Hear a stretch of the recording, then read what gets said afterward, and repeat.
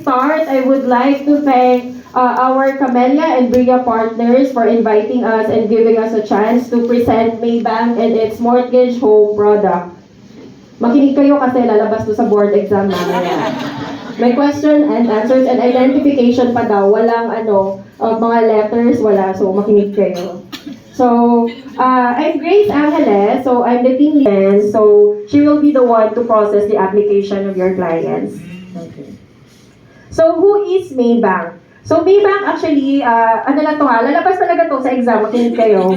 So, it was established in 1960. Actually, Maybank is a foreign bank.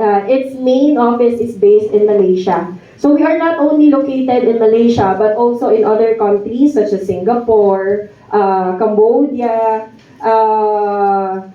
Indonesia, and then marami pang 10 ASEAN nation countries. So, Maybank was established here in Philippines and is already operating for more than 24 years already. Ay, 24. Baka i-memorize nila, ma'am. Okay. So, Maybank also is, can be seen physically, yun lang for now, wala tayong branch in Ormoc. So we have one, the nearest is in Cebu. But aside from that, you do not have to worry kasi we also have yung mga digital access and online banking. So yung mga clients natin later, so hindi naman sila mai-stress because yung ating online app is very accessible and madali siyang gamitin. So even you brokers later on, when you get the incentive, so no need na pumunta ng bank to get the check of your commissions, but instead, it will be credited na lang to your Maybank account. Okay. So let's go to the Maxi Home Loan product. So our products is, of course, the acquisition and financing of house and lot, townhouses, residential condominiums, and yung mga vacant lots natin. So who are our target market? So sino ba yung mga qualified to apply for bank financing? So first, of course, our employed individuals. So it could be both locally employed and yung mga OFW clients natin could be sea-based and land-based. So we also cater self-employed professionals, yung mga businessmen, and mga practitioners like mga lawyers, doctors, and then businessmen, entrepreneurs. So for business or self-employed, we require yung business to be at least in operation for at least 3 years and profitable for at least 2 years. So who can avail? So must be, of course, yung borrower natin must be a Filipino citizen. Or kung halimbawa, yung mga nasa abroad na and then convert na to other citizenship, so we must require them to have a dual citizenship.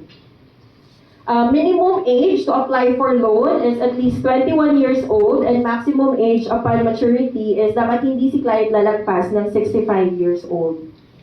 So sa ating locally employed, so dapat yung client natin must be a regular or permanent employee. So regardless of the tenure, it doesn't matter kahit 3 months pa lang siya, 6 months, basta dapat yung status niya is permanent or regular na siya.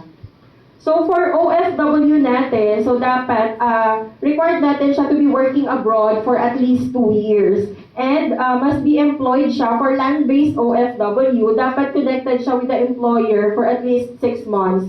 So kung halimbawa, meron tayong mga client na galing from ibang countries, and then halimbawa, nasa bago siyang country ngayon, so nakakasama naman count yung tenure from other countries. So qualified din basta yung present employer niya, naka at least 6 months siya. And then, so for sea-based, dapat naka at least stay siya ng at least 1 year with the present agency. So hinihinga natin si client ng Certificate of Sea Service to justify yung connection niya or previous contract to justify yung connection niya with the agency. And then for the self-employed, so dapat registered and operating yung business niya for at least 3 years and earning for at least 2 years. Okay. So for our required income, so yung minimum income natin is at least 40,000. Pero this time, this is already computed on the gross income. So kasama na yung mga bonuses, allowances, so doon na yung computation natin. Ilan yung income mo? 40,000. So minimum loan amount natin is 500,000. Yung ating loanable amount is computed based on the selling price of the property. So doon natin kinukuha yung 90% na loanable amount ni client.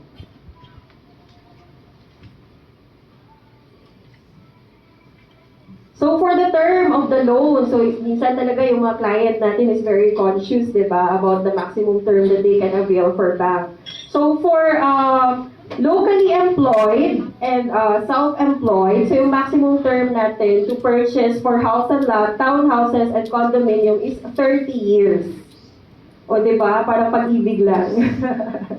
And then for OFW natin, including C-base, so yung maximum term natin is 20 years. I would like to emphasize lang, if yung bibilhin ni client na property is lot only, so yung maximum term natin is only 10 years. And then, so same for condominium, for halimbawa sa Bria natin, so they can avail up to 30 years of the term. Yun lang, emphasize lang natin yung maximum term for loan is 65 years old. Sorry, hindi pa lang na-correct kasi recent lang na-apply na 20 years na yung maximum term for OFW. Ayan, so ano ba yung mga requirements natin to apply for housing loans? Actually, it's almost the same na sa sinasubmit natin kay Camella upon reservation ng account. So, yung application form, also we acknowledge naman yung BIS ni Camella. So, yung buyer's info sheet, and then at least 2 government-issued IDs ni client, any proof of billing. For OFW, we require yung passport, and then for mga land-based, so yung residence ID or working permit, certificate of employment with salary or pay slips for the last 3 months. So for mga locally employed, nire-require natin yung latest ITR. Pero this one usually is nagiging strict na lang siya if the loanable amount is more than 3 million. So for self-employed, we require yung mga DTI or business registration documents, mayor's permit, and then yung bank statement natin for the last 6 months kasi doon natin din yung basis ng cash flow niya and then yung income niya for the business. Yung financial statements for at least 2 years, in-house and audited. ITR for the last 2 years, and then usually we require at least kahit top 3 lang na list of suppliers and clients ng business natin para for the verification with contact person and contact number. So, yung requirements natin for OFW is almost the same with the locally employed. Except lang yung nadagdag natin for the seafarer is yung kanyang seaman's book and then yung certificate of sea service to confirm yung tenuity niya with the present agency. And then, so for the SPA, so of course for OFW, we require yung SPA. Pero don't worry, we acknowledge and use the SPA format of Camella and Bria. By the way, with the SPA pala, so if it's locally notarized, I think, ano naman na siya, hindi naman na bago. Pero, if it's locally notarized, we require it to be, to get accompanied with proof of presence.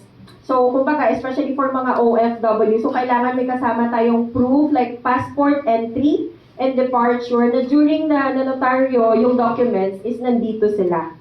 So pag ano yung isa naman is pag naka-red ribbon naman siya or consularized, so no need for that na. We just need to justify na nandito siya during the execution of the SPA.